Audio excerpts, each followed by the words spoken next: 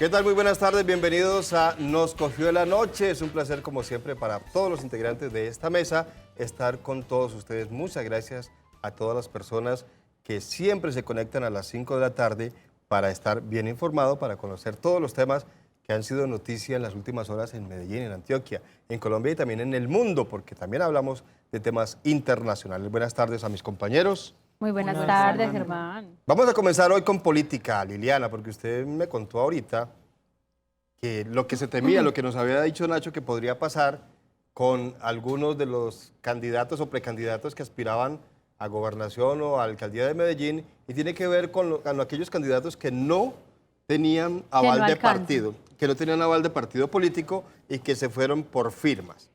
Se corría el riesgo de que no todas las firmas fueran avaladas por la registraduría y no alcanzaran ese umbral para poder ser candidatos. ¿Le pasó a alguien? Sí, señor. Vea, recuerden que diría yo que estas podrían ser unas elecciones muy atípicas en la ciudad de Medellín porque se presentaron muchos movimientos significativos para aspirar a la alcaldía de Medellín. Pues resulta que apenas la registraduría está validando todas las firmas, si cumplen o no cumplen con los requisitos, y pues a Daniel Quintero se le aprobaron, a Daniel Quintero no, a Santiago Gómez. no. A Juan David Valderrama se le aprobaron las firmas del fin de semana, y pues resulta que todos los candidatos están como esperando a ver si se pueden presentar, si pueden continuar su proceso electoral o no. Recuerden ustedes que también estaba el candidato César Hernández, que lo tuvimos hace poco acá en el programa y Nos Cogió la Noche, quien también se había presentado por un movimiento. Él presentó cerca de 130.000 firmas, pero para poder tener ese aval necesitaba 50.000 firmas válidas y no alcanzó las 50.000 firmas válidas. ¿Presentó cuántas? 130.000. Bastantes. Bastantes. Nacho está hablando de que más o menos el 39% era, si no me equivoco. De 130.000 que presentó válidas, 43.970, y como les mencionaba, pues el requisito es de cerca de 50.000. Según anuncia César Hernández, va a apelar esa decisión, pues porque muchas personas, si él presentó 130.000, tenían la confianza que por lo menos la mitad, que es lo que aspiran muchos, les sirva para poder aspirar como tal a la alcaldía de Medellín. Es decir, que por el momento estaríamos contando con un candidato menos para Entonces, sobre sobre el 39% que hablaba Nacho esta semana, si él tenía 130.000 y el 39 le había dado para pasar rasando sobre 51.000. ¿Y qué pudo haber pasado ahí, Liliana?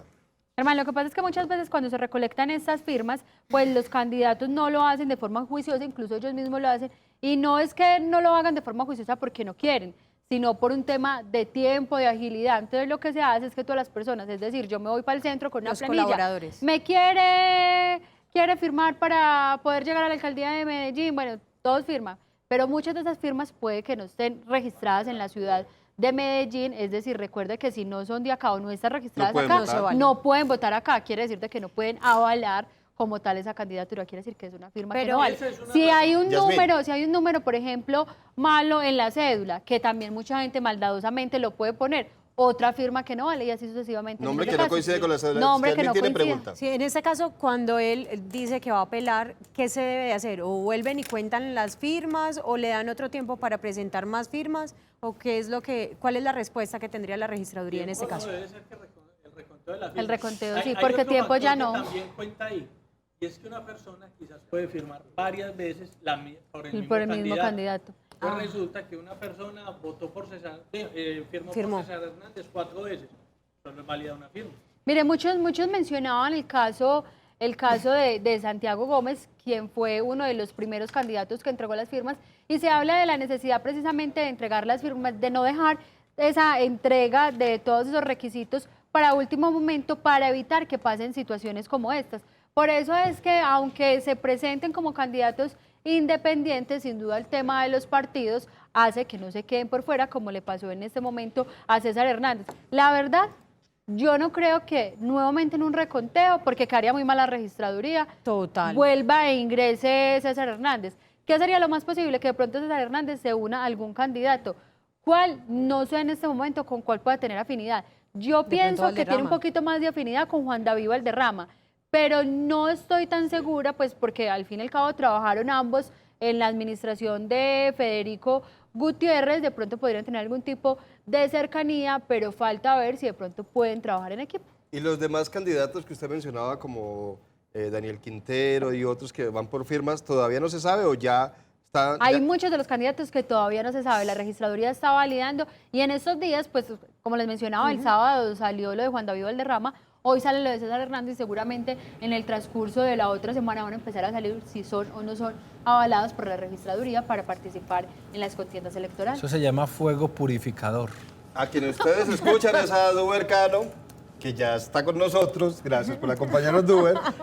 Poco a poco se va completando la mesa. Bueno, ya que comenzó Duber a hablar, hablemos de un hecho que ocurrió en el municipio de Frontino. Nos contaba usted que hay como unas versiones encontradas, por un lado las autoridades y por otro lado las comunidades indígenas, porque se habla de un enfrentamiento entre el Clan del Golfo y el ELN que terminó con la muerte de 3 personas, entre ellos un menor indígena. Pero las comunidades indígenas hablan de otra cosa. ¿Qué fue lo que pasó? Germán, pues realmente es un hecho lamentable por donde se mire, pero existen 2 versiones, una pues que dan las comunidades indígenas y otra que entregan las autoridades, en cabeza de la Secretaría de Gobierno, la doctora Victoria Eugenia Ramírez, Secretaria de Gobierno Departamental. El hecho sucedió anoche, cerca de las 10 de la noche, que lo reportaron algunos habitantes de la zona del corregimiento La Blanquita, allí en el municipio de Frontino. Dicen pues que comenzaron a sentir disparos. La versión que entrega las autoridades dicen que fue un enfrentamiento que se había producido entre miembros del ELN y el Clan del Golfo que hacen presencia allí en este corregimiento. Mientras que algunos líderes indígenas dicen pues que se presentó fue porque que el hecho fue algunos integrantes de un grupo delincuencial, no se sabe del bando, que al parecer sería el ELN, al parecer, pero lo dicen sin tener la certeza, llegaron hasta un billar donde se encontraban unos hombres jugando allí pues al billar, y el menor de 16 años, identificado como Luis Alberto Jumí, y estaba allí viendo el juego del billar. Entraron hombres armados, comenzaron a disparar y asesinaron a estas 3 personas, el menor y otros 2 hombres, y una cuarta persona que quedó herida, quien logró huir del lugar y pues de quien se desconoce su paradero. No se sabe dónde está porque tampoco hay ningún centro asistencial.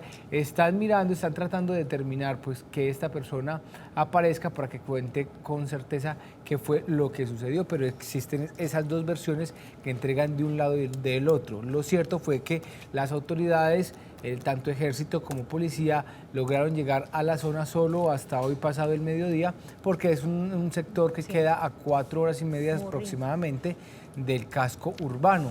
Entonces, primero tiene que llegar el ejército a asegurar la zona, luego ya entra la policía a realizar toda la inspección técnica a cadáver. Lucho Ríos nos dice que nos extrañaba, que hacía días no nos podía ver y que está acá de nuevo en sintonía con todos. Un saludo a todos los de la mesa, de parte de don Lucho Ríos. También quiero enviar un saludo a don Fernando Gómez. Miren, iba por la calle, hay un señor bajando algo de esos carritos, furgoncitos que llaman. Una persona se bajó y el otro se quedó adentro con los vidrios cerrados y me llamó cuando yo me devolví. Era el conductor del vehículo que mandó a decir a todos que no se pierde el programa, que lo ve todos los días. Fernando Gómez, muchas gracias por ser televidente fiel de nuestro programa y por supuesto que aquí están todos mis compañeros debidamente saludados por usted. Está como siempre Esteban Posada Duque, está Renzo Gitano. Bueno, aquí nos está hablando de las frutas que estarían a punto de desaparecer porque ya no se cultivan en Colombia. Tendremos que hablar de eso más adelante porque parece. ¿Cuáles son?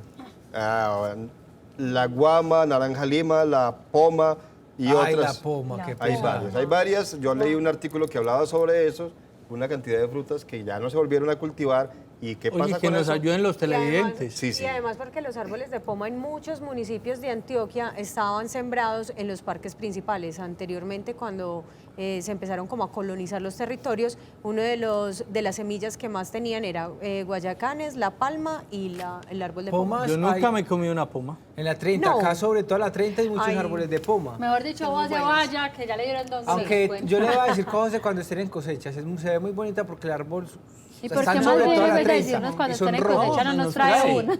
Le voy a traer, sí, es una subidita Quedó por acá por la comprometido. 30, le traigo pomas, ¿no? Y producen bastantes Sí. pomas estos árboles de poma, son muy ricas. Duber, mientras usted le trae la poma a José Fernando, ¿por qué no me cuenta qué ha pasado con el niño de 5 años que desapareció desde el lunes en Caicedo? Lo que sabemos es que la policía sigue buscándolos y están utilizando todos los métodos posibles para tratar de dar con el paradero del menor. Así es, Germán. Mire, desde muy tempranas horas de la mañana, pues allí estuvo el comandante de la Policía Metropolitana, el general Eliezer Camacho, en esta zona de la ciudad, en el barrio Caicedo, donde pues desapareció el menor. Con helicóptero, con megáfono, con volantes, están pues buscando a este niño de tan solo 5 años de edad, quien desapareció desde el pasado lunes. Dice la mamá que ella pues llegó después de haber llevado un trabajo académico que tenía que entregar, lo dejó con unos vecinos y desde ese momento pues se desconoce su paradero. La última vez que lo vieron fue porque revisando las cámaras de seguridad de la zona, que son pocas, realmente fue una cámara del tranvía la que revisaron, vieron que el niño pasó solo por esta zona, por este sector del tranvía. Más adelante o en horas después, o minutos después más bien, fue el papá del menor, pero sin el niño. O sea, los hechos son muy confusos, están ofreciendo una recompensa de hasta 10 millones de pesos para la persona que ayude a dar con la información que permita recuperar a este niño, dar con el paradero de este menor. Yasmín, ¿qué es lo que va a pasar en el santuario con la confección? Claro que sí, porque es que en este municipio, Germán, para usted y todos los televidentes le comento que ese municipio se posiciona como el primer municipio de Colombia en gestar la política pública de confección. Eso tras un trabajo largo que se dio durante 3 años con diferentes gremios del sector textil, además de diferentes universidades que apoyaron en capacitaciones empresariales para todos los asistentes o incluso de algunas familias que estaban desarrollando nada más esta jornada o digamos que este sector de confección. Para ello se reunieron y crearon una mesa hace 3 años, en el 2016 a finales, y el pasado 5 de agosto, se socializó esta primer política pública de confección.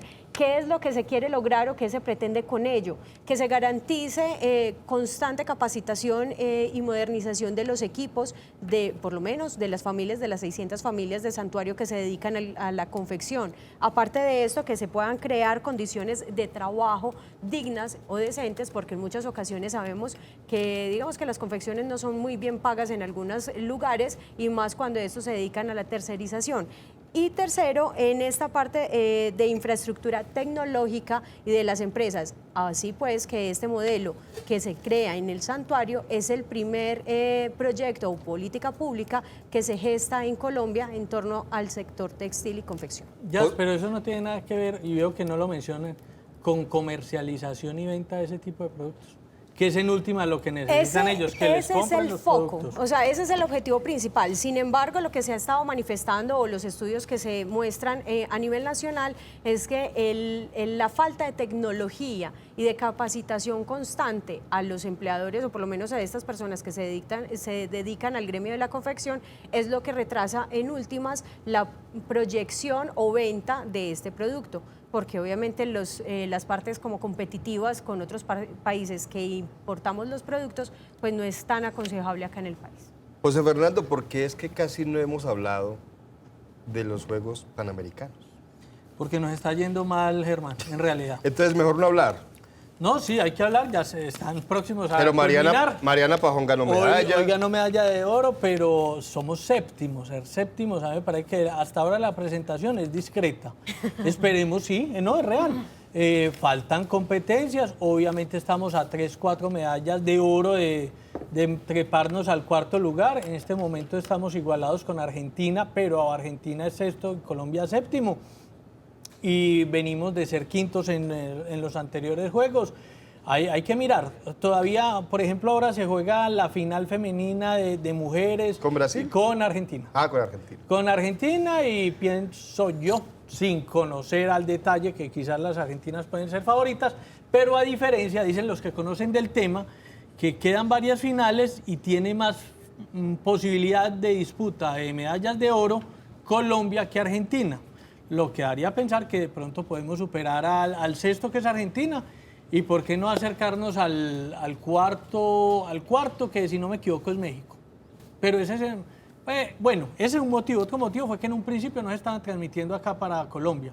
En casi todos los países del continente se estaban transmitiendo la señal de los Juegos Panamericanos, En Colombia ya después de la mitad es que lo está transmitiendo Señal Colombia. Y ese es otro motivo. Y desafortunadamente hemos tenido, por ejemplo, deportistas como Caterina Ibargüen, donde se va por descontada casi medalla de oro, quizás dos o una de oro y una de plata, que se lesionó, quedó quinta en una de las competencias, en la otra no participó. Entonces, en realidad hasta ahora no nos ha ido muy bien, pero esperemos que repuntemos al final y podamos quedar de mínimo de quintos, que fue en los últimos Juegos Panamericanos. Bueno, complicada la situación. Es que no hemos oído hablar casi nada de los Juegos Panamericanos. Y es cierto, apenas pasan ahí algunas imagencitas en Señal Colombia y no pasan, digamos, que las competencias completas, los partidos de las muchachas colombianas, sino que pasan aparte, se están saltando de deporte en deporte y pues no hay, digamos, que un cubrimiento especializado de cada uno de los deportes y de los participantes de Colombia. Más o menos, vea, Brasil, por ejemplo, Estados Unidos es el líder.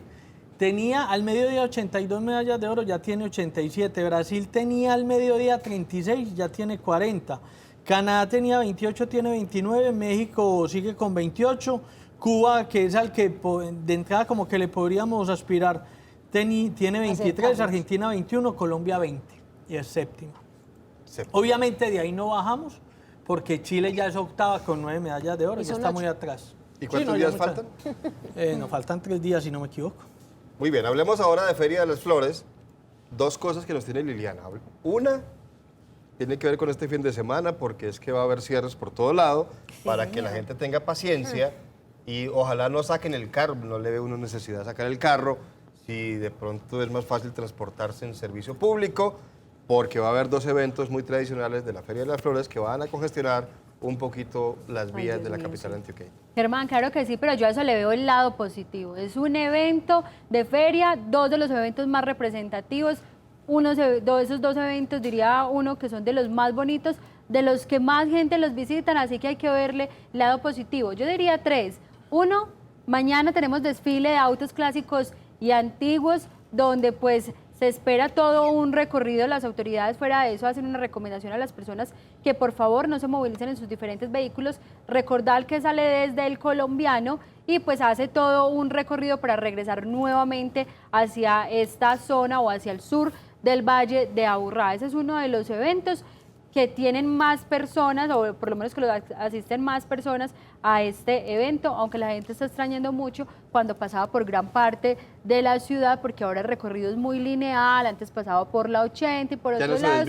Ya no se desvían, es un recorrido totalmente lineal. También tenemos mañana la noche silletera. Muchas personas aprovechan para ir a visitar esas fincas silleteras. Hablamos con un silletero, Germán, y ellos dicen algo muy bonito. Vengan, visítenos, disfruten, pasen rico, coman rico, porque tenemos muchas cosas, pero por favor dejen las fincas silleteras como las encuentran o no mejor, nos dejen basura. No nos dejen toda la basura por ahí regada, tirada, porque eso es trabajo para nosotros. Al otro día salimos al desfile de silleteros y ¿cómo hacemos para limpiar? Ese cierre va a iniciar mañana desde la 1 de la tarde, el ingreso al corregimiento Santa Elena. Hay que tener en cuenta algo. Eso es una hora tentativa que pone la administración municipal. ¿Qué pasa? Sí, llega mucho flujo de vehículos. Si digamos a las 10 de la mañana se llenó la capacidad del corregimiento Santa Elena en la cantidad de vehículos que ingresaron. Caravanas cierran y no permiten el ingreso de más vehículos. Desde hoy. Mejor dicho, váyase desde hoy o mañana madrugue para que pase allá bien rico y pueda también disfrutar de toda esa gastronomía que ofrecen en estas fincas silleteras. Y otro de los eventos es sin duda el desfile de silleteros, que es el tradicional, el que siempre cierra la Feria de las Flores, siempre se ha realizado, o por lo menos durante los últimos años, porque no puedo decir siempre, porque no sé hace cuántos años, si lo realizaban otro día, pero desde que tengo recuerdos siempre se ha realizado los domingos. Mañana también, en la gran mayoría de graderías, para los que van para graderías, recomendación, solo el ingreso hasta las 12 del mediodía. Después de las 12 del mediodía no puede ingresar nadie por un tema de organización. Después de eso, más o menos entre la 1, 1:30 o 2, empieza el desfile de silleteros y esperan, ya con eso van a haber cierres, ya le voy a decir esos cierres, dónde van a estar. Los unos inician desde las 8 de la mañana hasta las 8 de la noche, estará cerrada la calle San Juan 44, entre la calle 65 y 57, que es la avenida Ferrocarril, además la carrera 57, la calle 44 y 33. También la avenida regional, porque recuerden que ellos comienzan acá muy cercano en este puente que se me olvidó el nombre, Guayaquil. el puente de Guayaquil, hacen todo el recorrido hasta llegar al sector de la Alpujarra, entonces también va a estar cerrada la avenida regional entre las calles 16A y 44 San Juan, así que muy pendientes a disfrutar de estos eventos y los que no, pues que no saquen sus vehículos, por lo menos Sí. por Ay, estas por zonas, favor, para que sí. no pasen malos ratos. La otra noticia que tiene que ver con la Feria de las Flores me la va a dar un poquito más adelante porque es una noticia muy bonita Sí, de señor. llevarle la Feria de las Flores, digamos que en escala, como en otra versión más pequeña, a unos niños en San Cristóbal. Usted nos va a contar de Germán, eso mire, un poco más permítame, adelante. yo hago un comentario antes de que concluyamos este tema. Yo creo que los silleteros con justa razón hacen el tema de la petición a las personas que vayan a Santa Elena de, por favor, no arrojen la basura al piso. Yo ayer lo veía, asistí a uno de los eventos de la ciudad. ¡Qué y me envidia! daba- Me dio rabia y lo dije al mediodía, ¿cómo es que Eduardo no me invitó? No, ¿cómo que no? Usted no me ¿Cuál? invitó. Ella estaba muy ocupada. A la ¿cierto? presentación del Ballet Folclórico de México, un espectáculo realmente... ¿En dónde fue? Eso fue aquí al lado del Museo de Arte Moderno, en el MAM. Y hoy también hay, Hoy para también- los que quieran ir. Sí, A las 7 de la noche.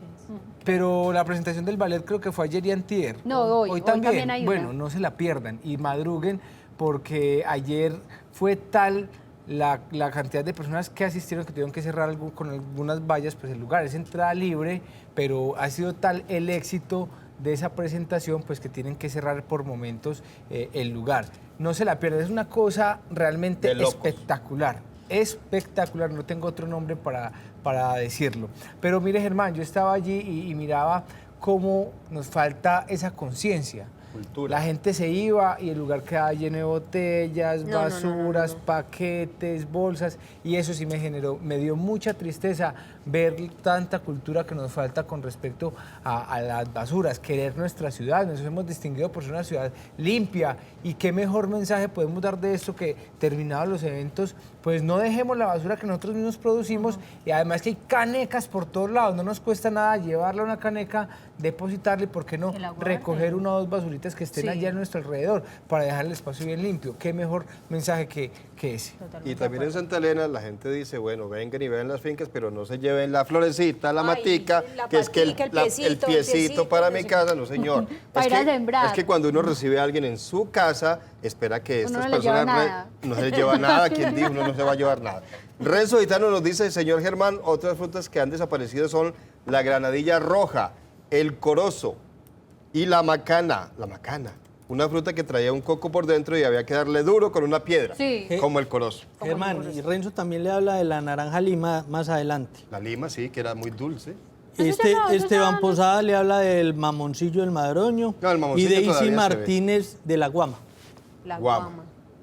La guama es esa larguita verdecita que uno la abre y tiene como unas unas pepitas por blanquitas, dentro, sí, ¿cierto? es verde, gruesa, que se abre y sale como un frijol más grande.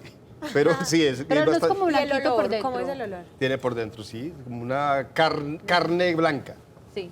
Esa es la Carnosa, guama. carnosa, sí. Sí, señor. Bueno, voy a mostrarles a ustedes un video que me llamó mucho la atención, me encontré en redes sociales, de mire, cuando no hay música, pues se puede bailar con lo que sea, como con la alarma de una motocicleta. Esto hizo este niño. Y la Hombre, mamá le gritó, muy pero ya bueno. deje esa vaina. Deje esa vaina. La vaina de pasar bueno. Oiga, pero ritmo sí tenía. Vea, por ahí niño pusimos tiene el video en Facebook de Nos Cogió la Noche y una persona comentó que por qué hacen viral tantas bobadas. Eso sí, los comentarios que le dieron a esa persona después no los voy a repetir aquí. Mire, cuando uno es niño, Hay que disfrutar. uno disfruta por cualquier cosa. Y qué mejor que este niño se esté gozando la lavada de la moto mientras tanto en vez de estar haciendo otras cosas. A mí me pareció muy No, y divertido. excelente el inicio, le pega la moto Le para pega que la moto, suene claro, alarma. para que suene la alarma y le saca Hacer el baile respectivo. a ritmo de alarma. A ritmo de alarma. José Fernando, ¿qué más nos quiere contar? Ya, Germán, le cuento que Exxon entregó datos de la generación de energía al mes de julio. Casi el 88% de la generación en el país fue con recursos naturales. Energía renovable fue la de mayor contribución, la generación hidráulica con el 98% y energía no renovable, o sea que viene de combustibles fósiles, creció un 6.7%. ¿A qué se dedican? Exen es la compañía que pertenece al grupo ISA y es la encargada de determinar cómo está la distribución de energía en el país. Cómo es, de dónde llega y qué porcentajes se utilizan, de dónde viene cada una y de saber cómo se distribuye. Ellos manejan como la bolsa energética en el país. José, ¿qué ha sabido usted del éxito? ¿Qué pasó al fin con los brasileños? ¿En qué va eso? Pues a ver, lo que pasa es que en lo del éxito se ha manejado más la intención, y por ahí lo habíamos hablado de Carrefour, o mejor, de Casino de vender sus activos en Brasil y la posibilidad de Carrefour de estar interesados en esos activos. No se descarta que Carrefour en algún momento pueda estar interesado no solo en los activos de Brasil, sino en otros, y vale la pena anotar que aunque lo del éxito en Colombia no es que esté creciendo mucho, porque hay una competencia fuerte, tampoco está decreciendo. Y sobre todo lo que sí está creciendo mucho son los canales electrónicos. El canal electrónico al éxito le está creciendo mucho y los nuevos formatos como Viva y demás, ellos están innovando en ese aspecto. Aparentemente están dejando de lado, no le prestan, aparentemente diría yo, porque pienso que sí le están prestando atención a fenómenos de estas tiendas de cercanía de bajo costo que han crecido mucho en el país. Bueno, y que obviamente les debe afectar en algo el mercado. otra noticia que tiene que ver con Colombia, pero que viene del exterior, es la certificación en la lucha antidroga por parte de Colombia, certificación que entregan los Estados Unidos. ¿Alguien nos puede hablar de eso? O Julián, que no entró, era el que tenía la información. Pero él entra ahorita. Él entra ahorita, ¿Le entra ahorita ahorita? nos la cuenta, Sí. sí señor, ahorita. Ah, bueno, porque es que también nos tenía reacciones de la Secretaría de Gobierno, que nos contaba Julián hace un momento que si bien la certificación es importante, la Secretaría de Gobierno de Antioquia decía que hace falta redoblar esfuerzos para evitar que sigan proliferando estos cultivos ilícitos en el territorio antioqueño y en todo el país, porque inclusive hablaban de que se están creando unas semillas nuevas que ya son resistentes a todo Duber. Uy, Dios. Ya ni agua necesitan, entonces parece que la tecnología para controlar los cultivos va más lenta que la tecnología que están desarrollando quienes producen estos cultivos ilícitos. Julián nos contará un poco más adelante. Nosotros vamos a hacer una pequeña pausa. Los invitamos a seguir conectados con nosotros porque ya volvemos.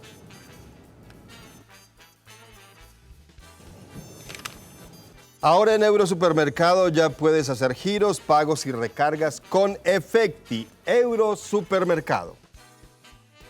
Participa en el clásico infantil de ciclismo periódico El Mundo. Inscripciones en www.elmundo.com o al WhatsApp 314-811-4556. Periódico El Mundo. Estos son los recomendados de Nos Cogió la Noche.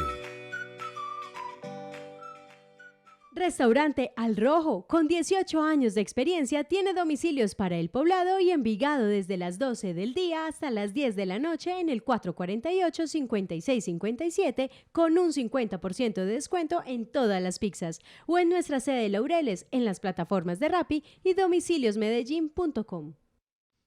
No te pierdas el gran concierto inaugural de la 30ª edición de las Fiestas de la Industria, el Comercio y la Cultura en Itagüí, con artistas como el Grupo Nietzsche, Nelson Velázquez, Luis Alberto Posada y Víctor Manuel. Este sábado 10 de agosto en la avenida Santa María. León Mario Bedoya Alcalde, Itagüí sigue avanzando.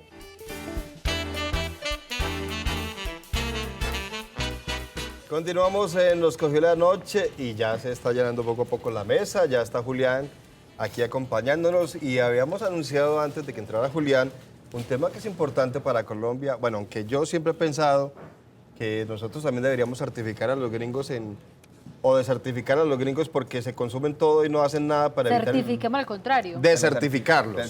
Desertificarlos. Porque nos desertifican ellos en algunas ocasiones Sí. y parece que el tema fuera de allá para acá nomás y de aquí para allá como que no. Pero además hace Se la 2 años nos consumen habían completa. amenazado que nos iban a dejar por fuera de esa lista de países que estaban comprometidos, digamos, con el tema de combatir los cultivos ilícitos.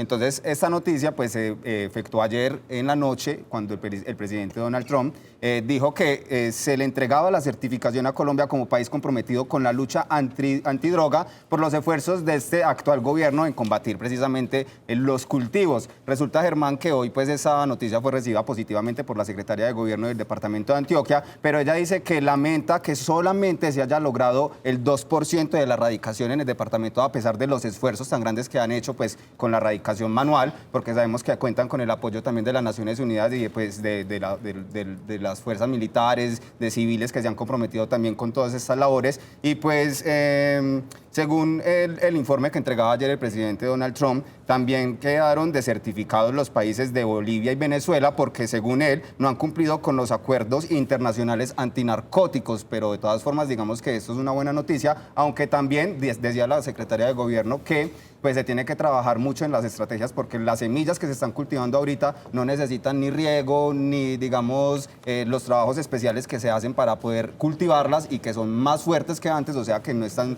digamos siendo efectivos los trabajos que se vienen haciendo en las diferentes zonas, o sea que ahí es el llamado al gobierno nacional para que empiece a implementar otras digamos normativas o otras estrategias que permitan que la región digamos surja o pueda hacer trabajos efectivos en el tema de la erradicación. Muy bien, tenemos otra noticia que tiene que ver, que es nacional también, la tiene Liliana, porque ¿se acuerdan ustedes de aquel caso del señor Rafael Uribe Noguera que violó y asesinó a la niña Juliana Zamboní en Bogotá? Acuérdense ustedes que ese caso que estremeció al país, el señor al final fue condenado y también estaban involucrados dos hermanos de él. Miguel, creo que se llama uno de ellos, y Catalina. No, Catalina y Francisco Uribe Noguera son los dos hermanos. Estaban involucrados en el caso, inclusive se estaba esperando que a ellos también los condenaran, pero al final no se dio esto. Liliana, ¿qué pasó? Sí, señor. Vea, resulta que hoy un juez decidió que quedaran absueltos como tal del proceso porque asegura que la Fiscalía no presentó pruebas que fueran totalmente contundentes. A ellos se les estaba acusando de los delitos de favorecimiento y encubrimiento, porque recuerden que en un comienzo la Fiscalía salió a decir que ellos efectivamente habían ayudado a alterar la escena del crimen de lo que había ocurrido esa noche en el apartamento. Le habían ocultado información, decían que se habían borrado unos mensajes, que al parecer llamaron, que uno de ellos, o no recuerdo si fue uno o dos de ellos, asistieron al apartamento después de que ocurrió el crimen. Pues resulta que ellos dicen que realmente estas dos personas, las pruebas que hay no son suficientes, pero Germán, tal vez lo que ha generado un poco de indignación, incluso le preguntaban a Francisco Uribe Noguera, es que muchas personas estaban un poco disgustadas por la decisión que había tomado este juez, y pues él respondió que ellos no eran jueces quienes lo estaban criticando y que pues ya la justicia, en pocas palabras, dice que no hay pruebas contundentes, y esto fue lo que dijo en entrevista. Un hecho desastroso que nos afectó a ambas familias terriblemente. Se acaba este calvario para la familia.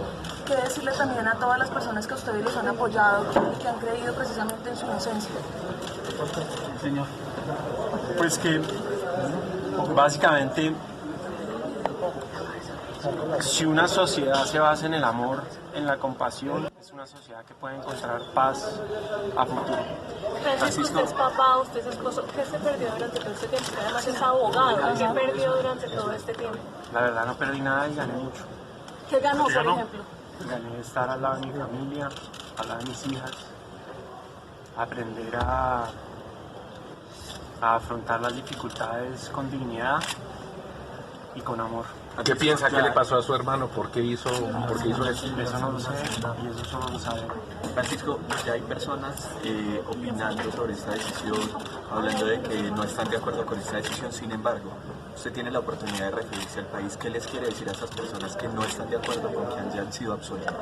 Pues que ellos no son jueces de la República, el único juez de la República es el mismo. ¿Qué piensa de que la Fiscalía haya apelado e insista en que ustedes son culpables? Yo no soy quien para juzgar a la Fiscalía, pero simplemente dejo una inquietud. En un país con más del 90% de impunidad, no es lógico que la Fiscalía persiga a unas personas que desde el principio sabe que son inocentes y simplemente por continuar con una acusación temeraria que lanzaron al segundo día sin ninguna prueba, llevan un juicio de 2 años y medio haciendo perderle recursos a una cantidad de gente, entre ellos nosotros. Ya lo acaban de escuchar ustedes, la Fiscalía apeló la decisión del juez de otorgarle la libertad a estas personas, de, digamos que sacarlos del caso. La apelación no sabemos si prosperará o no, qué va a pasar, a no ser que la Fiscalía presente otras pruebas de pronto que pueden reforzar las acusaciones que tenían en contra de estos señores. Pero bueno, apelación queda ahí pendiente, Liliana. Sí, habrá que esperar. Hay que esperar a ver qué pasa con esto. Antes de presentar nuestros invitados o nuestro invitado de esta tarde, Duber, rápidamente, una sonada de la comunidad contra la policía. Sí, Germán, mire, fue una sonada que se presentó exactamente en el municipio de Bello, pues las autoridades, el video se conoció en las últimas horas, eso ocurrió en el barrio El Tapón. Allí dicen las autoridades que llegaron varios uniformados a realizar un trabajo o un operativo más bien contra algunos jíbaros de la zona y contra algunos lugares donde pues se tenía conocimiento de prostitución, de explotación sexual por parte de algunas mujeres y de menores de edad, y lo que sucedió fue que las autoridades pues cuando llegaron fueron recibidas a piedra y a palos por algunos miembros de estas comunidades, quienes pues sacaron prácticamente a piedra a palos los policías. Tuvo que hacer presencia el SMAT, controlaron la situación y justamente pues ya se encuentra todo bajo control. Dice la policía que no se van a ir de allí, que los operativos van a continuar. Tenemos video que vamos a mostrar un poco más adelante porque todo quedó grabado en video. Estén pendientes todos que vamos a mostrar el video un poco más adelante. Ahora sí, nuestro invitado Orestes Zuluaga Salazar, presidente de la Academia Antioqueña de Historia, invitado de Yasmín. ¿Por qué Yasmín está don Orestes aquí? Vea, Germán, porque es que ahorita hemos estado hablando de Feria de Flores, nos tienen muy contentos estos eventos de ciudad, pero yo creo que muchos han olvidado una fecha muy importante para el departamento de Antioquia, como es la fecha de independencia, y es el 11 de agosto, nada más el día que se presentan el desfile de silleteros. Y yo, por lo menos, por mi parte, sí quisiera saber un poco más de la independencia de Antioquia y que las personas, los televidentes que están conectados y en sintonía con nosotros, pues también empiecen a participar de lo poco o de lo mucho que pueden conocer de la historia de la independencia de Antioquia. Orestes, bienvenido al programa, buenas tardes. Muy buenas tardes y muchas gracias por la invitación. Antes de comenzar el diálogo con Orestes, quiero mostrarles los regalos que nos acaba de traer él aquí. Este es Cuentos de la Patria. Para mi sobrino. Para los que tienen niños, mire. Ilustrados. Es tan importante ahora que ya no hay clases de historia en las instituciones educativas. Es una muy buena forma didáctica para que los niños empiecen a conocer un poco más sobre la historia. No solo para los niños, yo estoy seguro que más de una persona no conoce de la historia patria de nuestro país. Entonces, y a falta que nos hay. Es una manera pedagógica de aprender esa historia, no tan densa, y quienes pues no les guste mucho el tema como la lectura y de la historia lo pueden hacer a través de este libro, y que bien particular, muy básico, y se aprende. Comenzamos hablando de Antioquia. Pero antes de hablarles de Antioquia, sí quiero mencionar un poco estos libros, porque ante esa situación que se ha dado, que los niños no conocen la historia, los jóvenes mucho menos, y ya personas de 40 años también, están muy alejadas de la historia debido a una determinación que se tomó hace muchos años por el gobierno nacional. Estos son dos académicos, don Juan Guillermo Restrepo y su hermana Socorro Inés. El primero ya falleció, que tenían 2 sobrinos en los Estados Unidos. Uno ya no hablaba español, y entonces ellos le contaron la historia en forma de cuento a sus sobrinos. Entonces la academia ya ha publicado casi 4.000 ejemplares de esto para hacerlos llegar a las escuelas, para que los niños los conozcan, para que los padres le cuenten la historia en forma de cuento. Sí. Ahí sacan hasta José María Córdoba, que lo llamaban Pepe, montado pero en un caballo de palo. Entonces es extraordinario y ha gustado mucho. También les trajimos que es un resumen de la campaña bicentenaria o campaña libertadora de 1819 y la batalla de Boyacá que no más ayer estábamos, o antier, estábamos celebrando los 200 años. Sí, señor. Fue un video que publicó la Academia, que se lo acabo de enviar y ustedes lo pueden utilizar, donde está condensada toda la historia desde la conquista hasta la independencia y también la emancipación de Antioquia, porque hay un hecho, el 12 de febrero del año entrante se cumplirán los 200 años de la batalla de Chorros Blancos.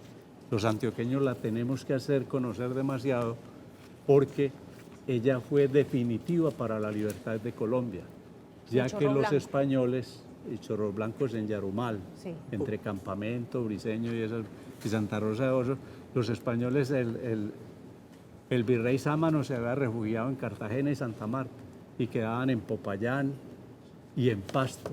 Y entonces trataron de organizar un camino, una vía de comunicación entre el norte y el sur para aprovechar las ayudas de Quito, el Ecuador y también del Perú y tratar de organizar la segunda reconquista. Por la batalla de Chorros Blancos se logró que Colombia o la Nueva Granada se hubiera independizado en ese momento totalmente. ¿Y por qué no sabe eso? Yo no sabía. Yo no sabía. Entonces el año entrante vamos a Yo quiero, 200 años. Orestes, leer una cosita aquí que me llamó la atención, en este que es Cuentos de la Patria. Cuentos de la Patria, aquí aparece la Academia de Historia de Antioquia y me llamó la atención el tratamiento que les hacen a ustedes aquí en esta presentación. Presidente don Orestes Zuluaga Salazar, vicepresidente don Alonso Palacio, secretario general don Ricardo. Ese don, que se usaba mucho antes, ya casi no se usa. Pero en la academia todos dejamos el título de doctor a un lado. Yo soy abogado, el vicepresidente es ingeniero, el secretario es abogado y allá todos somos don. Porque ese es el título más noble que hay, el de ser don y buen ciudadano. Germán, yo no sé si a usted le pasa, pero yo no lo puedo superar. Siempre que me entregan un libro, es inevitable no leerlo. ¿Y por qué hago el comentario? Porque todo ya uno lo encuentra en Internet. La historia la encuentra en Internet, lo que usted quiera.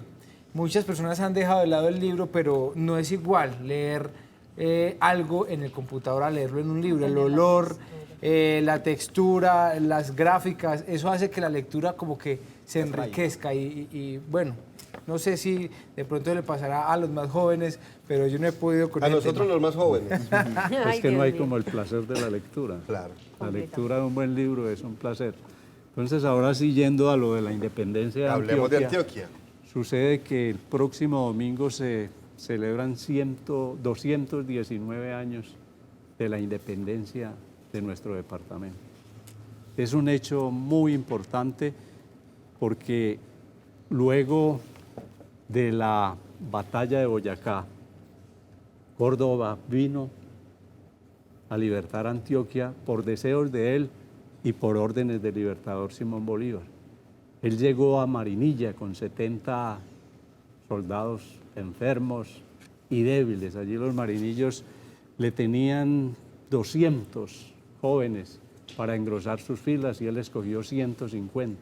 Con ellos siguió a Río Negro, continuó a Medellín, a Santa Fe de Antioquia, que era la capital, y le dio libertad. El 28 de este mes, les cuento, la Escuela de Cadetes José María Córdoba irá a realizar un acto trascendental en Río Negro. Ante la tumba de José María Córdoba va a haber un desfile para recordar los 200 años de la libertad de Antioquia. Y creo que viene hasta el presidente de la República y los más importantes generales de las fuerzas militares. Entonces, Córdoba logró liberar Antioquia, ya hizo nombrar a José Manuel Restrepo como gobernador porque era un jovencito de 20 años.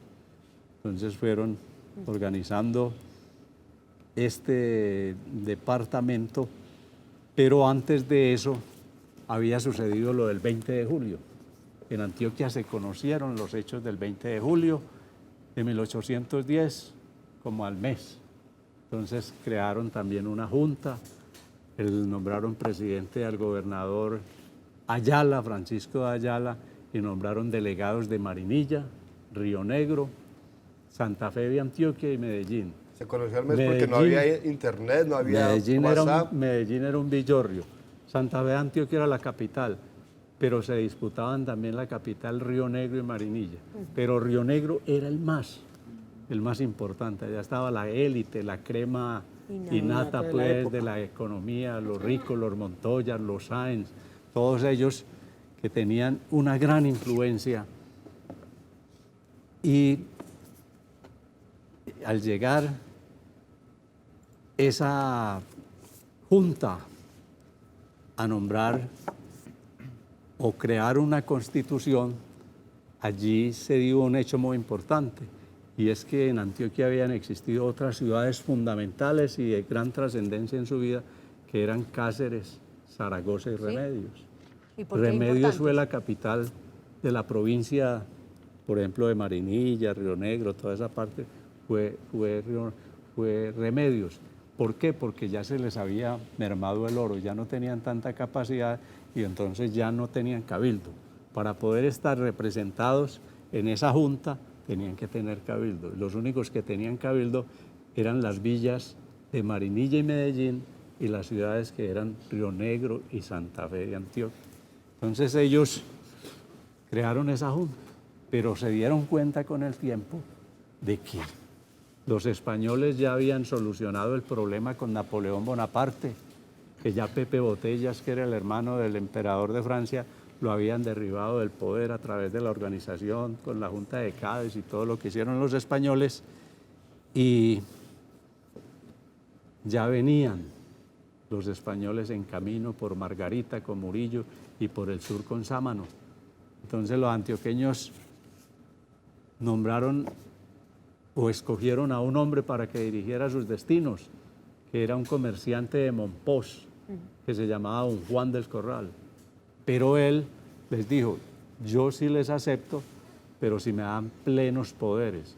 Entonces por eso se llama la dictadura de don Juan del Corral. No es que él se la haya tomado, sino que a él le dieron plenos poderes para que hiciera y deshiciera. Entonces él aprovechó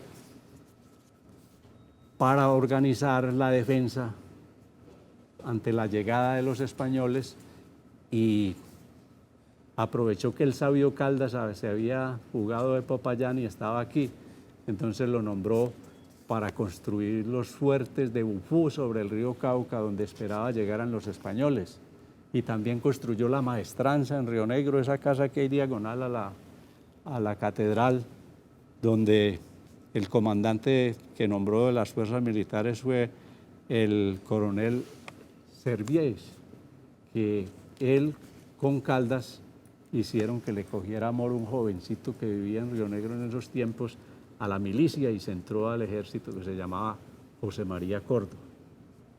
Caldas no solamente fundó aquí en Medellín una fábrica de pólvora, dicen por donde está el actual jardín botánico, sino que creó la primera escuela de ingeniería militar que hubo en Colombia. Entonces, lo aprovechó. También aprovechó pues a Serviés, al coronel Gutiérrez, llamado el Fogoso, para organizar las fuerzas militares. ¿El Fogoso? ¿Por qué el Fogoso? Era hermano de Frutos Gutiérrez, un héroe de la independencia, y entonces sucedió lo inesperado, que se enfermó don Juan del Corral y murió. Dios mío. Pero antes él había dictado el acto de independencia, no el acta, porque lo de Bogotá es el acta de independencia, y lo de Monpós, y lo de Cali, y lo de Popayán, sino un acto que él, como dictador, declaraba la independencia de Antioquia y no reconocía a ningún soberano, solamente la potestad del pueblo, que era la que podía regir los destinos de esta tierra. Ahí se definió, digamos, que el fin del dominio español, que es lo que marca como, digamos, esa fecha, pero digamos que entonces los españoles, luego de que ya no tienen el dominio de Antioquia, ¿para dónde se fueron en ese entonces? Pero sucede que entonces Juan del Corral convocó un congreso, José Manuel Restrepo, propusieron la libertad de no la libertad de los esclavos, sino la libertad de vientres, y que no se vendieran esclavos, por ejemplo, el padre y el hijo, no los y la madre no los vendieran separados, sino junticos y que no exportaran esclavos. Esto ya después lo llevaron a la Constitución de Cúcuta, pero como había tantos intereses económicos no se vino a hacer realidad sino hasta 1851. Entonces murió Juan del Corral y ya los españoles no entraron por Bubú, sino que entraron por la Sierra Alta del Cancán, por los lados de Nechí, y entonces se tomaron Antioquia con Francisco Barleta a la cabeza, que venía con la orden de fusilar a la mayoría de los hombres más importantes de este departamento. Pero como los antioqueños tenían una gran cualidad, y era que la mitad de los, eran 12 hermanos, y la mitad de los hermanos eran amigos de los realistas. Y parece que la otra mitad de los hermanos eran amigos de la libertad, o sea, de los patriotas. Entonces, cuando llegaban los unos, los otros intercedían por los que estaban corriendo peligro. Y fuera de eso, parece que los españoles les exigieron grandes empréstitos y entonces lo que cuadraron, no lograron cuadrar por familiaridad, lo lograron cuadrar con el oro que tenían, porque nosotros éramos una región triste, abandonada, de la cual no se recordaba el resto del reino. Antioquia. Nosotros éramos muy pobres porque éramos en medio de las montañas, muy aislados. Entonces a nosotros las guerras no nos perjudicaron. Eso fue bueno estar aislado. Fue una ventaja. Fue bueno estar aislado. Era malo porque la civilización casi no llegaba. Y era una gente muy pobre y muy dada a vivir tranquilamente.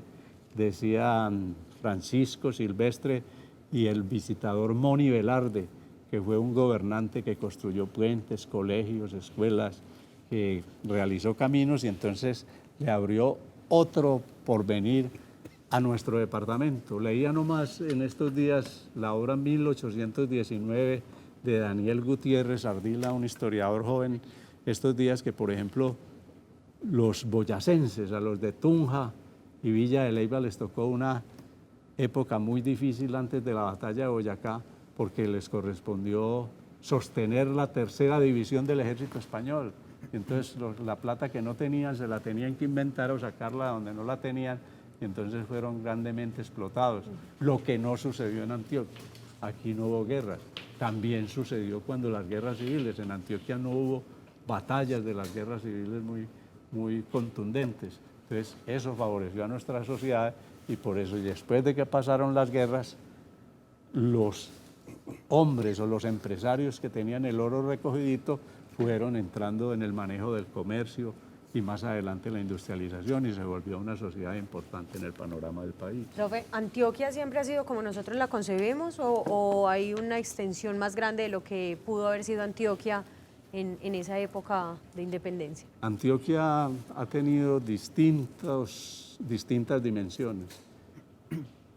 Santa María la Antigua del Darién y otra, San Sebastián de Urabá, fueron las primeras localidades construidas en el Golfo de Urabá en tierra firme. Por ahí empezó la civilización hacia Sudamérica y fueron entrando, pero eso se destruyó y después de ahí salió Pascual, salieron a descubrir con Francisco Núñez de Balboa el Mar del Sur, o sea, el Océano Pacífico, cuando fueron a dar a Panamá, y entonces Antioquia después se llamó la provincia de entre los dos ríos.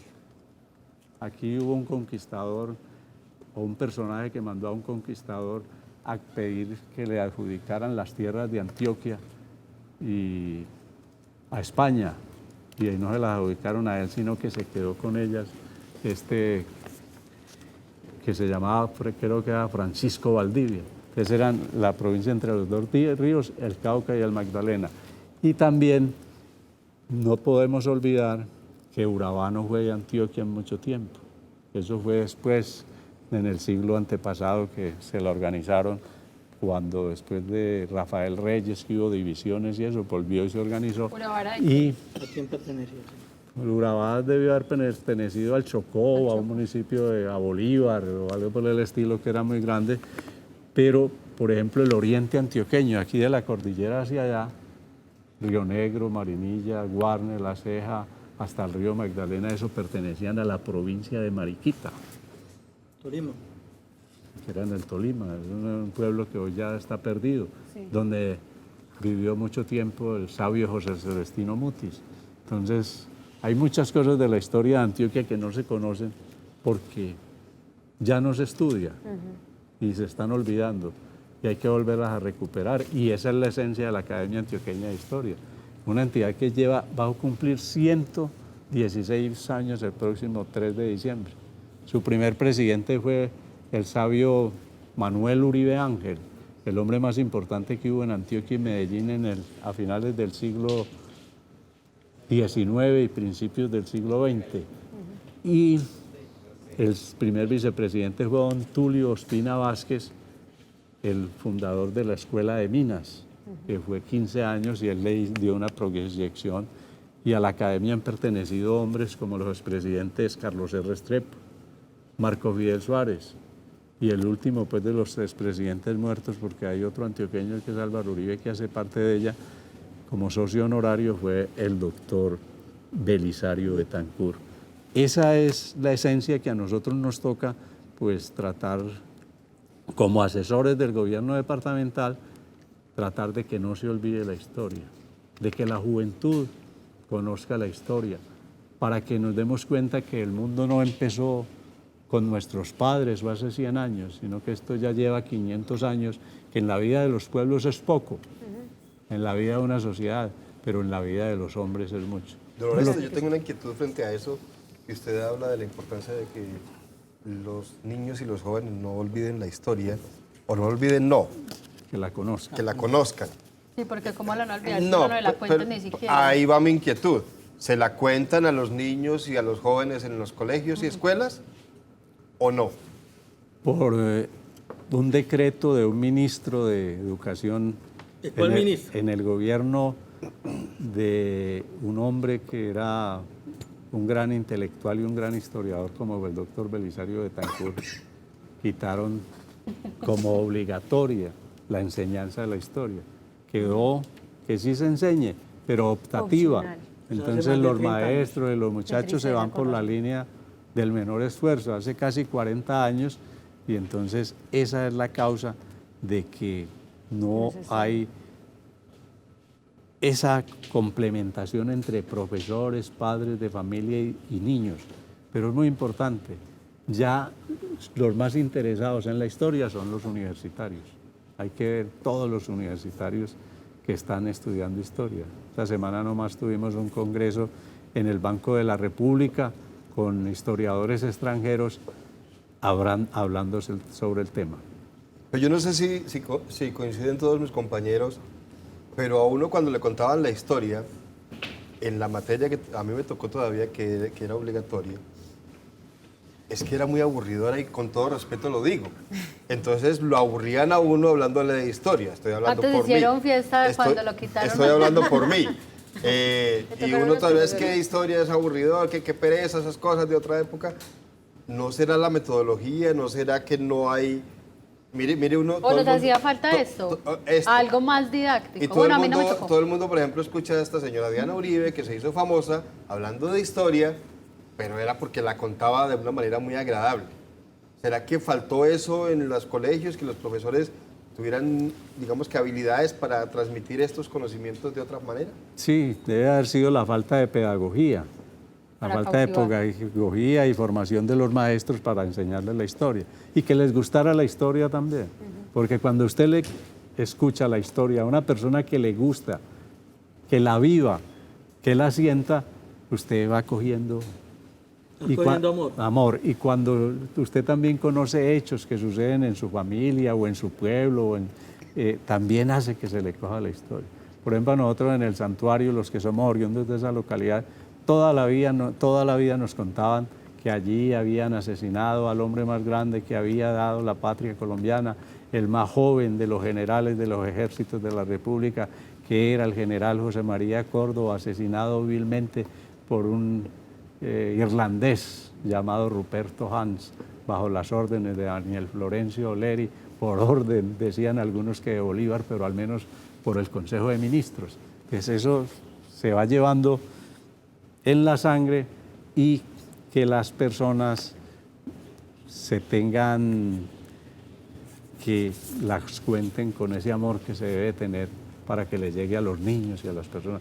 Pero sí es muy grave pues que hoy la juventud no sepa qué se celebró antier y no sepan qué vamos a celebrar los antioqueños el 11 de agosto, que es la independencia de Antioquia.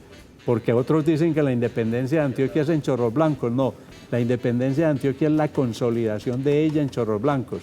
Pero antes José María Córdoba, en estos días venía de camino de Bogotá a liberarnos por Marinilla, Río Negro, que llegó a Medellín, donde no disparó un solo tiro, y luego fue a dar a Santa Fe, Antioquia, donde fusiló a varios españoles y sobre todo a alguien que manejaba la plata, que estaba descuadrado, y le dio un plazo apenas de 3 horas para que se pusiera al día.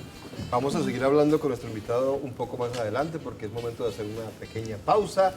Yo le voy a hablar de algo, Orestes, porque usted está hablando de que la gente no conoce su historia de la ciudad, del departamento ni de Colombia, yo creo que ni siquiera del barrio.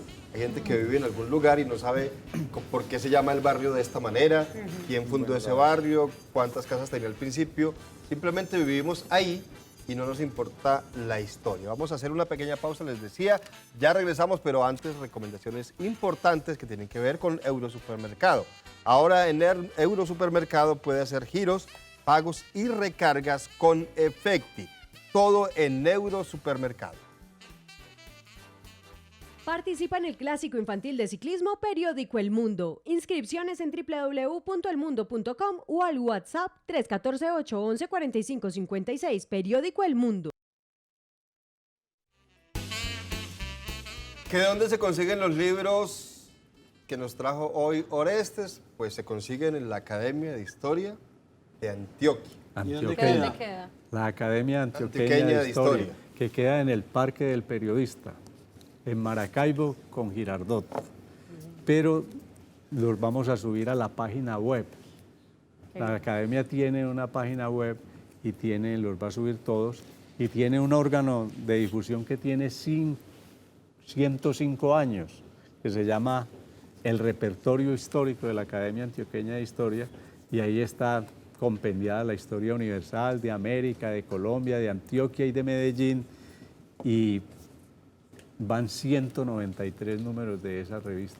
Wow. Ya también van a quedar en la página web de la Academia para que la gente tenga conocimiento, y a los que no les gusta el libro, les gusta el placer de leer un libro, lo pueden mirar a través de esos medios tan importantes que tenemos en la vida de hoy.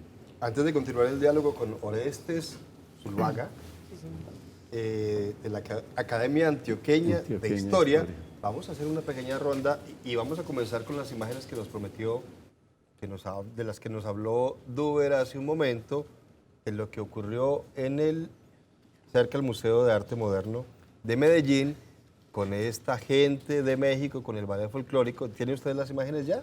Sí, Germán, mira, vamos a mostrar un pequeño fragmento de lo que se vio hablando de historia. Esa presentación habla como toda la historia mexicana, lo que la van narrando. Escuchemos un poquito.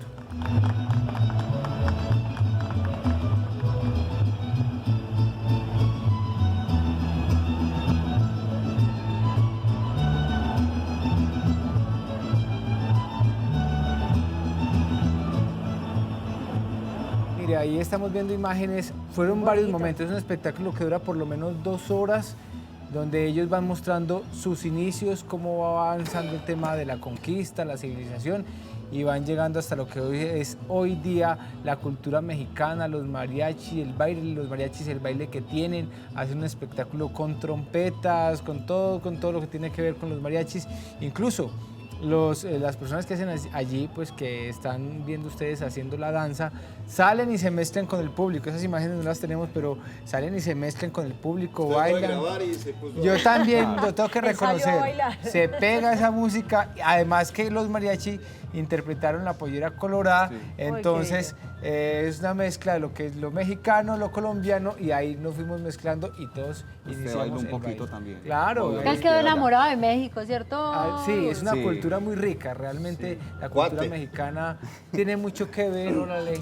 Pero bueno, ahí están las imágenes espectaculares del show que se presenta ahí en el Museo de Arte. Bonitas las imágenes.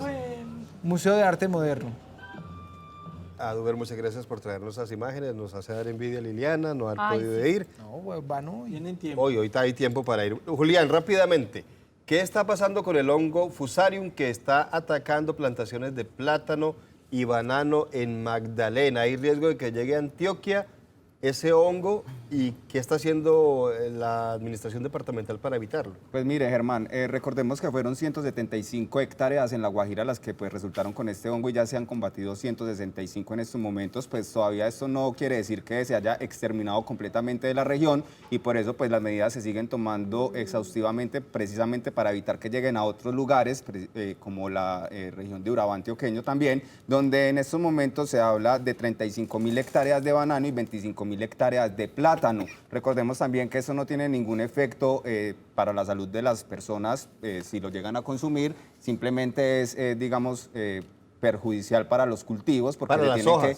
exterminar completamente esas zonas y pues no se van a poder exportar como se venía haciendo, pero aquí en Antioquia ya se tomaron también determinaciones porque se han capacitado a 12.000 personas por parte de Augura precisamente para lograr determinar en algún momento si llega o no acá y pues también se vienen adelantando operativos en las diferentes fronteras y también en los aeropuertos porque es que este hongo puede también, digamos, se puede, digamos, pasar a través de flujos también del agua y por eso se podría expandir. Entonces, digamos que se tiene aquí ya 8 puntos de control en diferentes lugares y también un puesto de mando unificado para poder, digamos, mantener controlado todo este tema y que pues no se extienda hacia la región del Urabá antioqueño. Hasta ahora no ha salido de algunos cultivos en el Magdalena. No, hasta ahorita no. Está controlado, digamos. Está controlado.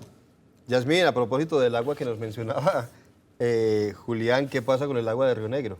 Claro que sí, Germán, porque ya le comento, el malestar que tienen los habitantes del municipio de Río Negro continúa y además es porque es una solicitud que se ha hecho a diferentes administraciones para que ellos puedan abrir el grifo de la canilla y poder ver el agua normal como uno la vería, transparente. En esta ocasión, pues, los habitantes del municipio continúan viendo el agua un poco turbia con un color café y ellos manifestaron que es una necesidad para poder tomar agua limpia, tranquilos, sin ningún problema de afectar su salud.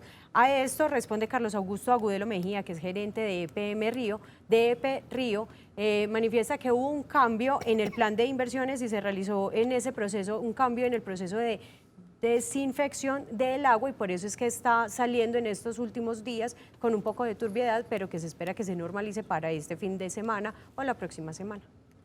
Liliana, la otra noticia que tenía que ver con la Feria de las Flores que anunciamos hace rato y tiene que ver con llevar la Feria de las Flores a un lugar en especial. ¿Dónde?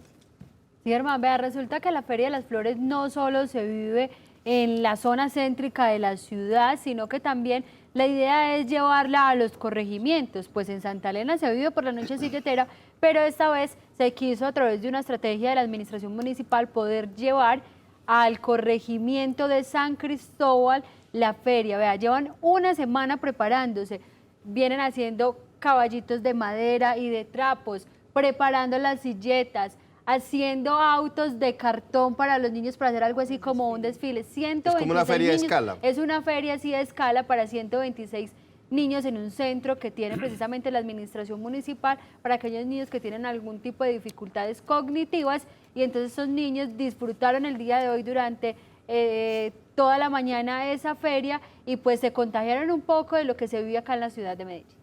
José Fernando. Sí, Germán, vea. Le cuento que Scotiabank vendió y Colpatria vendieron el porcentaje que tenían en Colfondos. Lo vendieron en 170 millones de dólares y lo compró Habitat, que es una compañía de origen chileno. Esa una de las noticias. En el campo deportivo le cuento que hoy arrancaron varias de las principales ligas del mundo en lo que tiene que ver con el fútbol. Arrancó el Liverpool goleando. Arrancó el Mónaco de Falcao perdiendo 3-0 en condición de local frente al Lyon. Es mala ese antecedente, si es que Falcao continúa en este equipo. Se conoció que a James Rodríguez lo inscribieron con el dorsal número 16 en el Real Madrid. Lo bajaron de categoría. Lo bajaron porque él Tenía era la el 10, 10. En el Bayern era 11 y ahora le ponen Va la subiendo, camiseta pero número 16. Sí, señor. para atrás. Para atrás.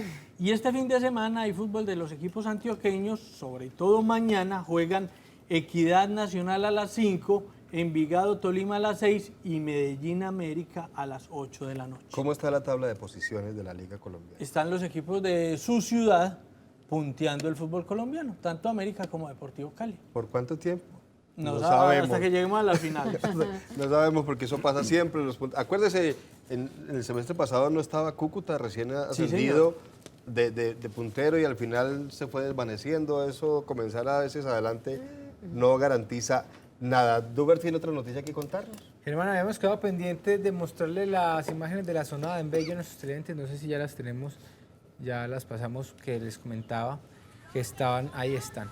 Escuchemos un poco.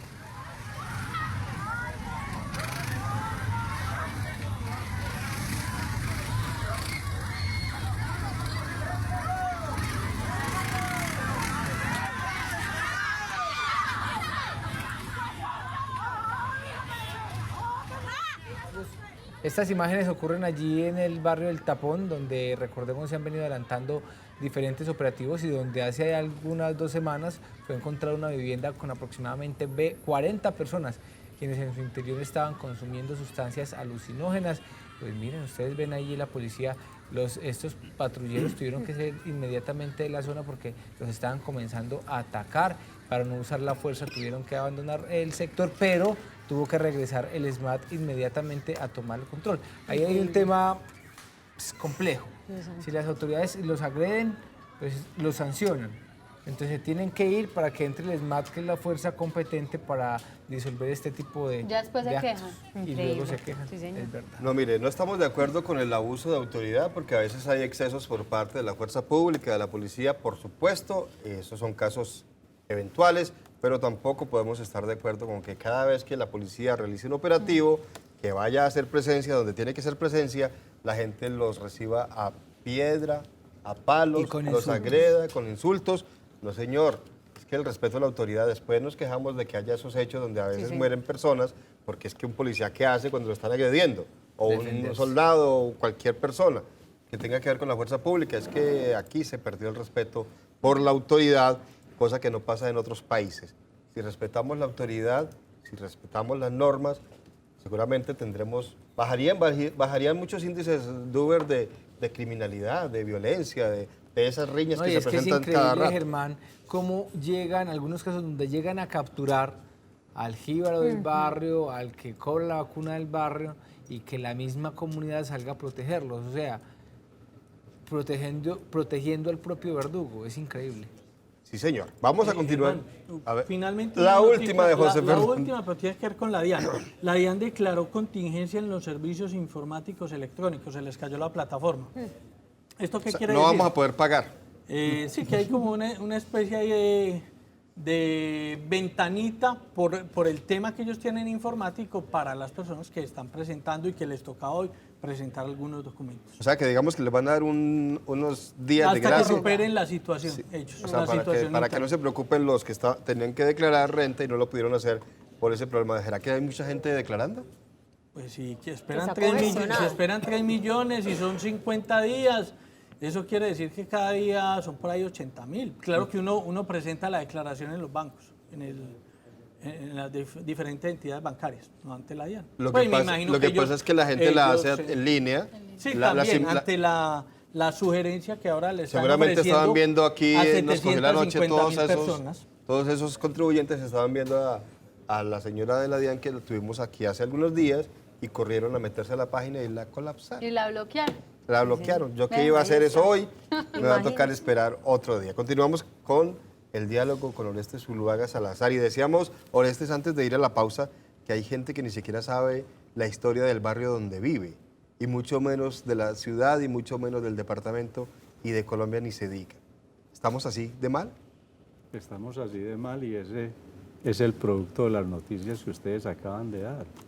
Que la gente no es defensora del Estado, no es defensora de la libertad, no es defensora del bien común, porque no saben que a esta sociedad le tocó venir desde un principio cuando llegaron los españoles aquí y se dio la conquista, que cuando explotaron a los indígenas tuvieron que traer a los negros de África, que se fue conformando una sociedad y que luego los españoles nacidos en América con los que eran nacidos en la metrópoli tuvieron un enfrentamiento y de ahí llegaron las guerras para ir conformando una sociedad que luego de la independencia tuvo las guerras civiles y que tuvo los problemas en el siglo antepasado también de la violencia y que en un momento tuvieron que crear el Frente Nacional. Es que una sociedad no es una cosa que nació, sino que es el producto de centenares de años. Entonces la gente no tiene conciencia de que tenemos que defender el Estado, que tenemos que defender la familia, que tenemos que defender la seguridad, la tranquilidad, y a veces esa es la falta de conocer la historia. Pero se debería de pronto regresar esa cátedra que estábamos hablando de historia a las instituciones educativas, que sea obligatoria, que no sea algo que lo decida o no la institución educativa o el colegio. Sí, es que una ley de la República de hace varios años ordenó nuevamente la cátedra de la historia en los colegios y en las escuelas, pero lo dejaron al libre albedrío de los profesores. El año pasado aprobaron otra ley que un senador de apellido Ramírez o Agudelo fue el ponente, pero también la dejaron muy endeble, entonces queda muy al arbitrio, y entonces en el Congreso no ha sido muy claro. Y pero eso no sí lo puede es necesario. decretar, por ejemplo, un gobernador, el gobernador de Antioquia. Pues Para el caso del departamento. Eso es a nivel nacional porque son cuestiones educativas, entonces es que nosotros somos muy centralizados en ciertas cosas o en la mayoría de las cosas, pero ojalá se atrevieran los gobernadores, como se atrevió el gobernador de Antioquia, a hablar de que iba a controlar el uso de la droga en los parques y ya lo va a hacer la alcaldía de Bogotá, porque es que la gente no lee los fallos del Consejo de las Cortes, entonces le dan las interpretaciones que quieren. Ese fallo de la Corte es que ellos podían consumir, pero mientras no afectaran, y era en un picnic, en una cosa pequeña, pero es que por encima de cualquier interés está el interés de los niños, ¿no? Claro que el interés de la sociedad que del marihuanero. Así es la historia, es fundamental que el Estado le enseñe a la juventud para que le cojan amor y respeto a su patria, para que vibren, para que vivan, como ese conjunto, el ballet folclórico de México. Es que los mexicanos vibran con su patria, vibran con su historia. Uno coge un taxi en Ciudad de México y esa gente lo lleva, le cuenta y lo traslada para un lado y el otro con unas ganas, y en todos los países se ve. En cambio nosotros, no sé por qué, el Estado dejó que la educación quedara en gente que no les interesa enseñar la historia, de pronto para hacer cambios o llegar al poder de tal manera. Quieren hasta reescribir la historia. Quieren hasta reescribir la historia, y entonces, ¿qué tienen que hacer? Que haya un pueblo ignorante para poderlo manipular y poderlo ahorcar, ¿no es cierto? Entonces la historia es eso. Oiga, usted nos dejó lo más bueno para el final, esa conclusión. Quieren un pueblo ignorante para poderlo someter. Claro, esa es la gran realidad. Entonces a la gente hay que enseñarle a los niños para que amen su patria, así como uno ama a su papá, a su mamá, a sus abuelos, así hay que amar la patria, porque es que la patria es algo muy importante en la vida de cada cual. Y si no tenemos motivaciones grandes, entonces ¿para dónde vamos? Sí, señor. Eso nos toca a los que nos gusta la historia y a los medios de comunicación, más uno como el de ustedes, que es tan oído, tan escuchado y tiene tanto prestigio. Pues Oreste, lo vamos a volver a invitar para que sigamos hablando de todo lo que tiene que ver con la historia, no solo de Antioquia, sino de historia en general, porque tenemos que conocer muchas cosas de nuestra historia, y que nos ayude usted a través de este programa a educar a estos muchachos para que no sean víctimas de esos que quieren someterlos por la ignorancia. Muchas gracias por acompañarnos aquí en Nos Cogió la Noche. Con mucho gusto, muy amable, y cuenten con nosotros desde la Academia Antioqueña de Historia, no solo yo, sino otros académicos que son grandes conocedores de ese tema. Y como para variar, José Fernando siempre, cuando nos vamos a despedir, aparece con la última. La última, pero tiene que ver algo con historia. Mañana en el desfile de autos clásicos y antiguos hay vehículos de 1900 a 1983. Son en total 300 vehículos, van 24 años de este desfile. 15 años lleva temático. En esta ocasión se le va a hacer homenaje a Sofás a sus 50 años. Y van a estar el R4 del 70, el R6 del 72, el R12 del 73 y me imagino yo el R18 del 81 y hasta el R9 del 83. Me imagino yo. A ver el desfile, o si no quieren salir, pues lo ven en la casa por televisión. Y si quieren salir, en transporte público para no ir a armar, no contribuir al trancón en las calles. Hablemos de programas de la alcaldía. Gracias a la articulación de diferentes programas y estrategias de salud y educación en diferentes sectores de la ciudad, especialmente los más vulnerables, la alcaldía de Medellín ha logrado que en la ciudad se registre la cifra más baja de embarazo en adolescentes en las últimas 2 décadas. Veamos esta microcápsula y después las noticias. Medellín registra la cifra más baja de embarazo adolescente en los últimos 20 años. Entre las acciones para lograrlo se destacan la implementación del modelo integral de atención en salud MIAS, los servicios de salud amigables, la línea amiga y el programa Escuela Entorno Protector. Esto permite el acceso a salud, ¿cierto? Porque es traerle casi que el sistema de salud al aula de clase. En 2018 hubo 4.410 embarazos en jóvenes entre los 10 y los 19 años y en 2017 y 2016 la cifra estuvo por debajo de 5.800, una reducción que no se había podido conseguir en las últimas 2 décadas, en la que hubo años hasta con 8.700 embarazos. En este barrio que vivo se ve la problemática de muchos embarazos y de hecho se ha reducido demasiado, porque uno veía de pronto aquí en el barrio, en el colegio, niñas embarazadas. Y yo creo que ha creado conciencia. Durante 2018 se realizaron en las comunas más vulnerables cerca de 39.000 asesorías en salud sexual y reproductiva. Asimismo, 1.346 adolescentes recibieron métodos anticonceptivos.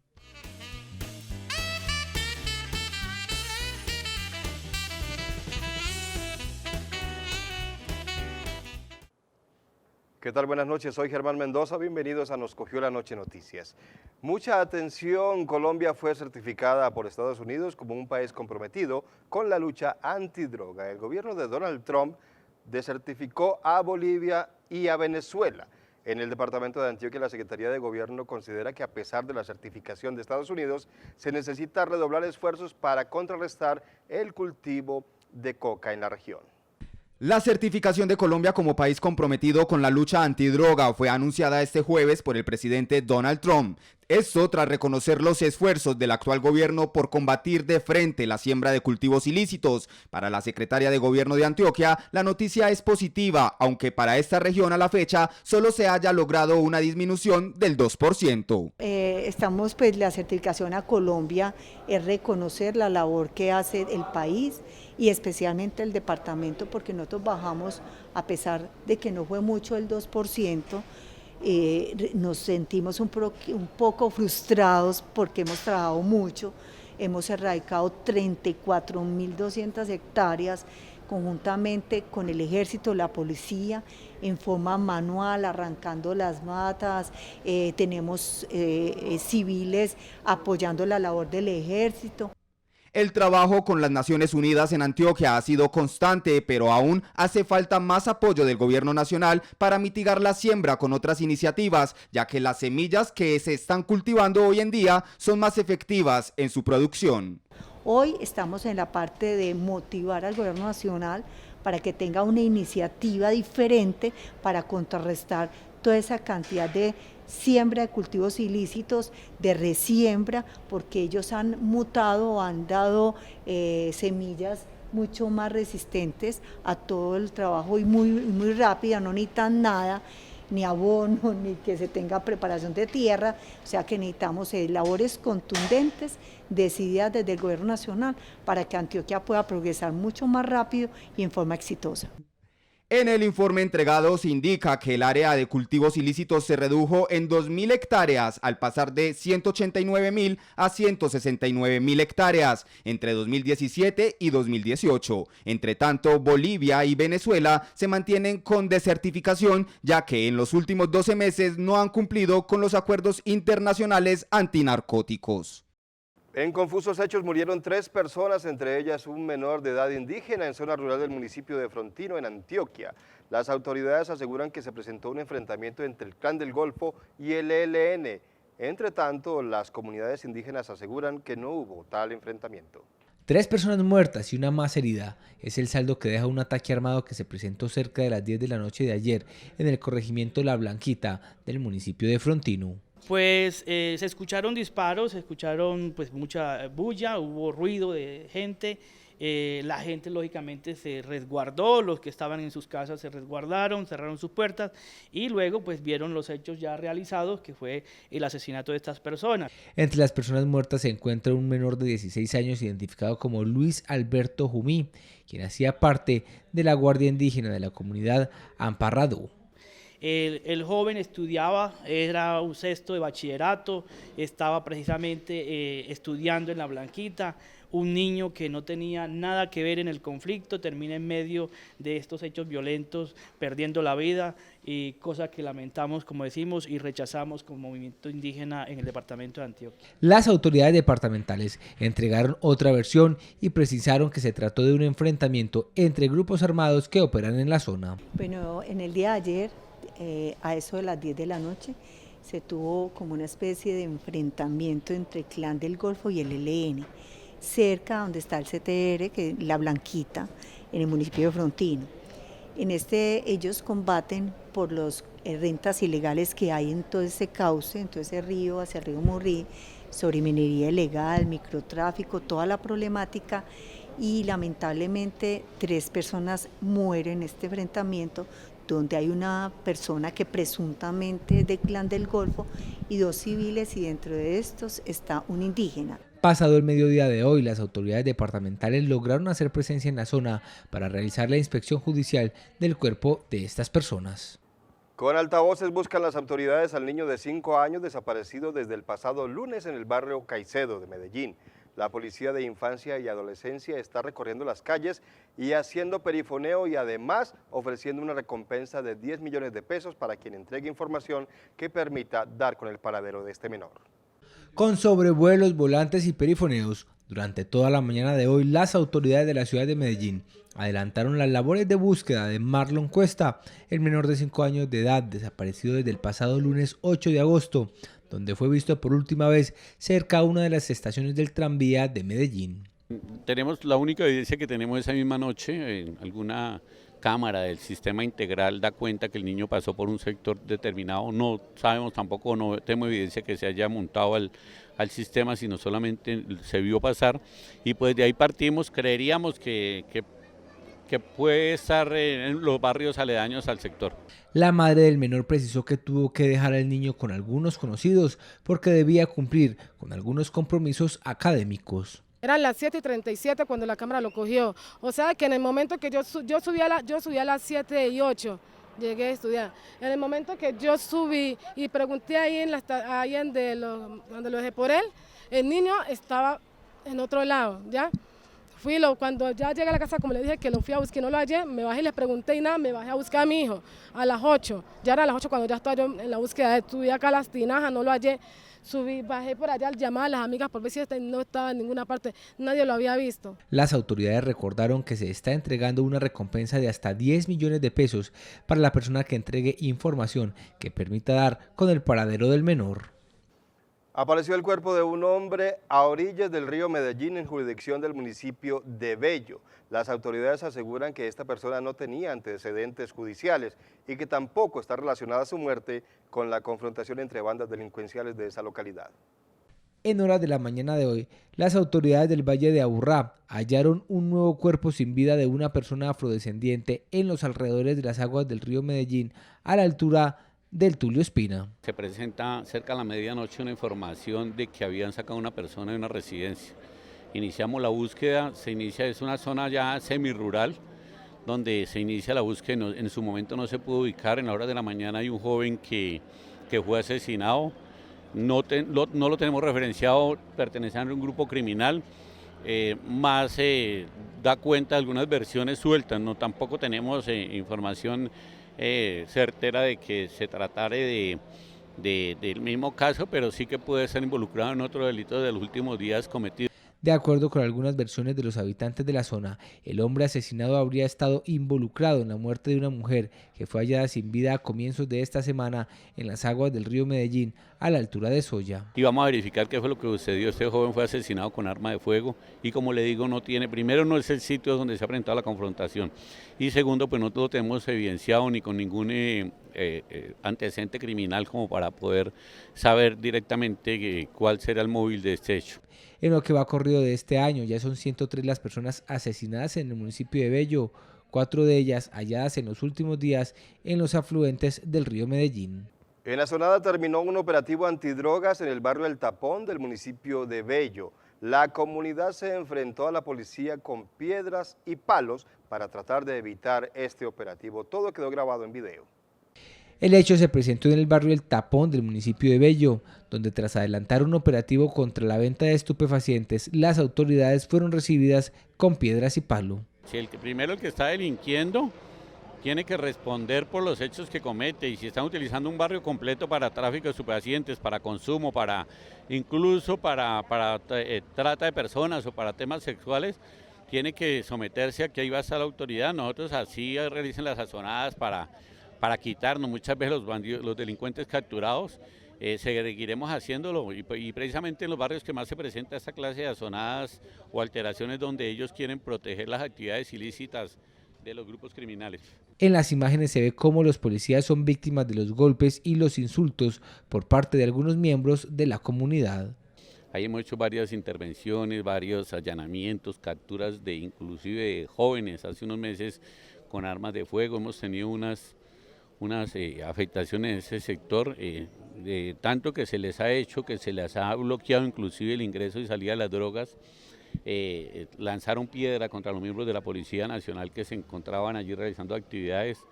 Se hizo necesario incluso la utilización del grupo ESMAD para volver a retirar a estas personas, pero eso se debe también al mismo trabajo que estamos haciendo. Las autoridades precisaron que continúan con los operativos pese a las azonadas que se han presentado en los últimos días. Es momento de hacer una pequeña pausa, pero en segundo regresamos con mucha más información en Nos Cogió la Noche Noticias. Ya estamos de regreso, muchas gracias por continuar con nosotros. Las autoridades sanitarias del departamento de Antioquia instalaron un puesto de mando unificado y 8 puestos de control para evitar la llegada a territorio antioqueño del hongo Fusarium, que ataca a los cultivos de plátano y banano en el Magdalena. Luego de que se confirmara la presencia del hongo Fusarium raza 4 tropical que afecta a los cultivos de banano en La Guajira en 175 hectáreas, las autoridades departamentales de Antioquia indicaron que se mantiene un monitoreo constante en 8 puntos de control para retrasar la llegada del mismo al territorio. En Antioquia específicamente se tiene instalado un puesto de mando unificado, un PMU, los cuales está liderado por el ICA, la Secretaría de Agricultura del Departamento de Antioquia hace parte de ese PMU, la ADR, los gremios plataneros, a través de los sindicatos, los bananeros con Augura y las fuerzas públicas, policía, ejército y otras agremiaciones están en ese puesto de mando unificado. Y nosotros con los plataneros y los sindicatos vamos a comenzar también un proceso de capacitación con ellos para también el mismo manejo de bioseguridad. A las diferentes acciones que se vienen tomando, Augura ha logrado capacitar a 12.000 personas de la zona bananera para el manejo de la bioseguridad. Se tienen 8 puestos de control definidos en el departamento, entre Antioquia y el departamento de Córdoba, que van a estar en Carepa, en Arboletes, en el 3, en el Tigre, en Montería, en el peaje que es el Cedro, en la entrada hacia Arboletes, y se tienen control en puerto y control en los aeropuertos para evitar posibles contaminaciones que vengan de otros departamentos. Por ahora no se tiene reportada la existencia de este hongo en Antioquia, donde solo en Urabá se tienen 35.000 hectáreas de banano y 21.000 hectáreas de plátano. El gobierno nacional logró gestionar con la Unión Europea 2 millones de euros que estarán destinados a mejorar la competitividad y la productividad de los productores de cacao y aguacate Hass. El proyecto que se venía gestionando por parte del gobierno nacional con la Unión Europea para mejorar la calidad y competitividad en el mercado internacional del comercio de cacao y aguacate Hass concluyó con la aprobación de 2 millones de euros que impactarán especialmente al departamento de Antioquia. Hay otros países, o los países más exigentes en materia de calidad son los que pagan los mejores precios, y a eso hay que mantenerlos, hay que tener muy claro qué es lo que están exigiendo en materia de calidad. Entonces allí, por supuesto, los países europeos son determinantes de los estándares que se deben tener para la producción tanto de cacao como de aguacate, y por supuesto hay países en Medio Oriente, en el caso de Asia, Japón, Corea, China, son mercados que están creciendo muy bien y que pueden determinar el crecimiento también de la producción en Antioquia como en todo el país. Con esta inversión se podrán, además de medir los estándares y normas técnicas que exigen los mercados internacionales, también mejorar tanto la medición en las capacidades de los laboratorios y la calidad. El primer tema que vamos a trabajar es una promoción de los estándares, de las normas técnicas que están asociados a esas dos cadenas productivas.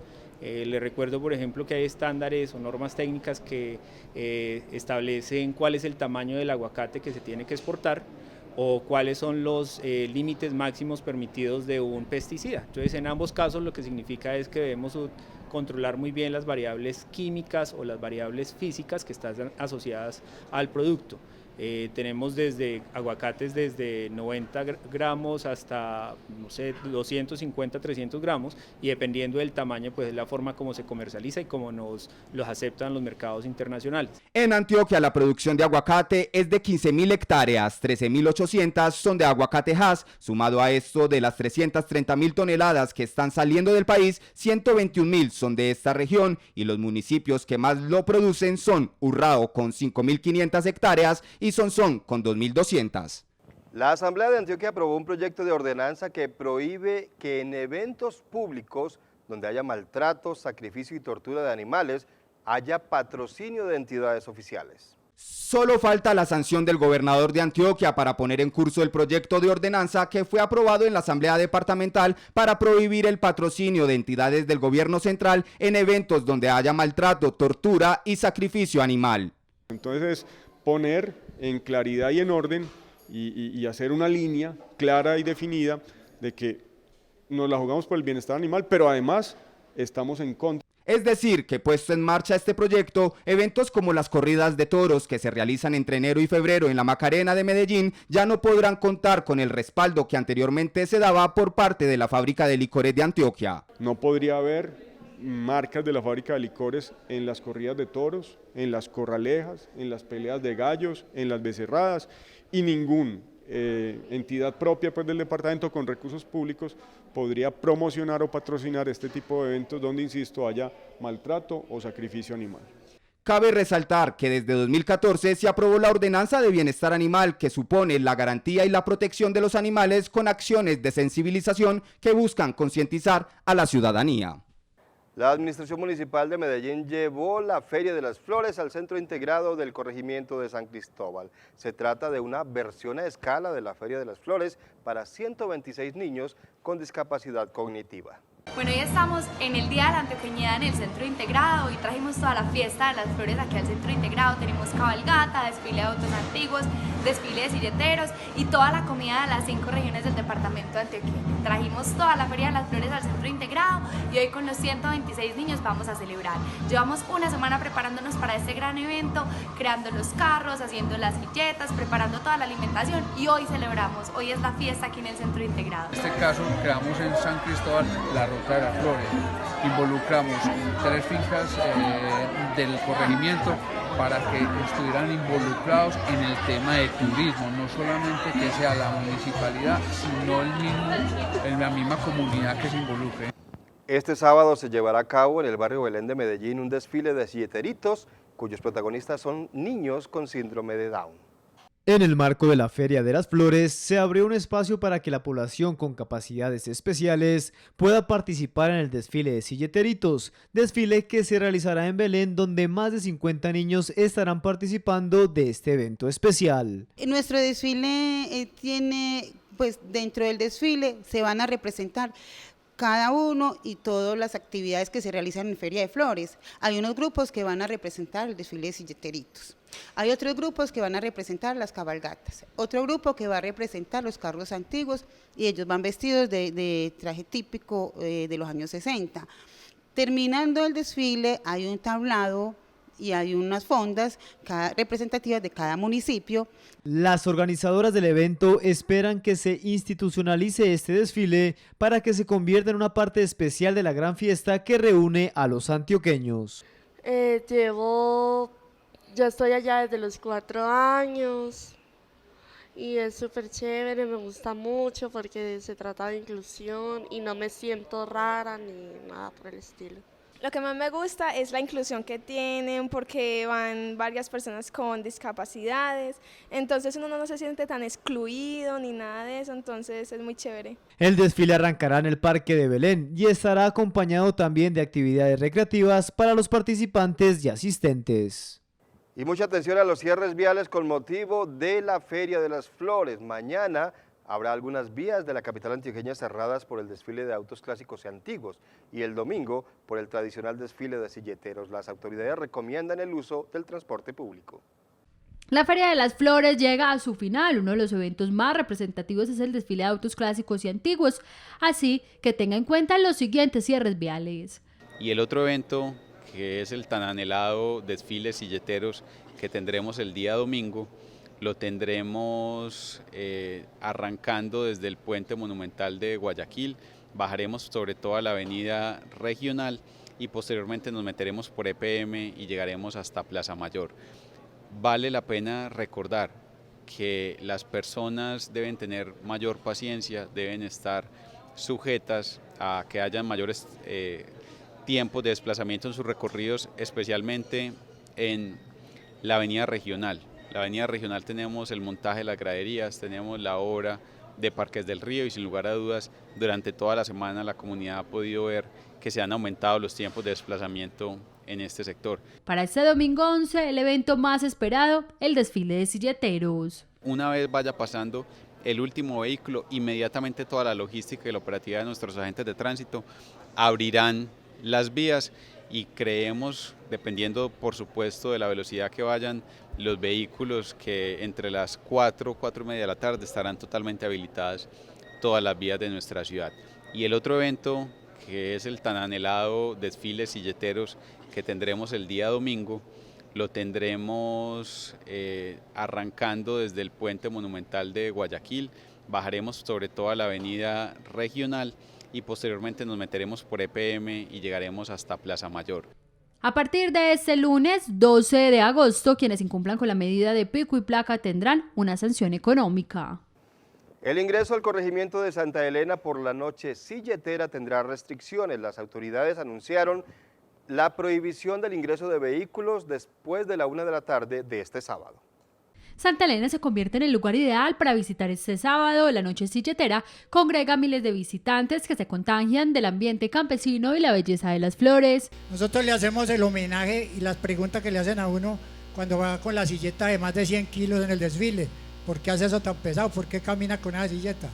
No, hermano, vea, los padres de nosotros, los abuelos, trabajaron a Santa Elena cuando crearon las primeras eras de flores. No habían carreteras todavía, no había luz eléctrica, todo lo que producían había que traerlo, por eso se inventaron la silleta. Mucha gente que no conoce esa historia hermosa. Hoy en día nosotros a esos le hacemos un homenaje a esos berracos de Antioquia que nos criaron familias de 14, 16 y más hijos a punto de cargar flores y cosas pesadas. Los silleteros invitan a visitar las fincas, pero también a cuidarlas. Yo les voy a hacer una invitación muy hermosa. Ya para terminar, es que reguemos el cuento que en Santa Elena lo recibimos al que llegue, pero pongámonos en la mente todos de que el lugarcito lo dejemos inclusive mejor de lo que lo encontramos. para que todos nos metamos en el cuento de que la ecología vale la pena cuidarla. Muchas gracias. Para vehículos particulares no habrá acceso después de la 1 de la tarde al corregimiento de Santa Elena. La administración municipal asegura que se podrán adelantar los cierres de esta vía de acuerdo a las condiciones del espacio y la movilidad en el sector. Hacemos una nueva pausa, pero en segundo regresamos con toda la información deportiva que nos trae Miguel Ángel Morán. Ya volvemos.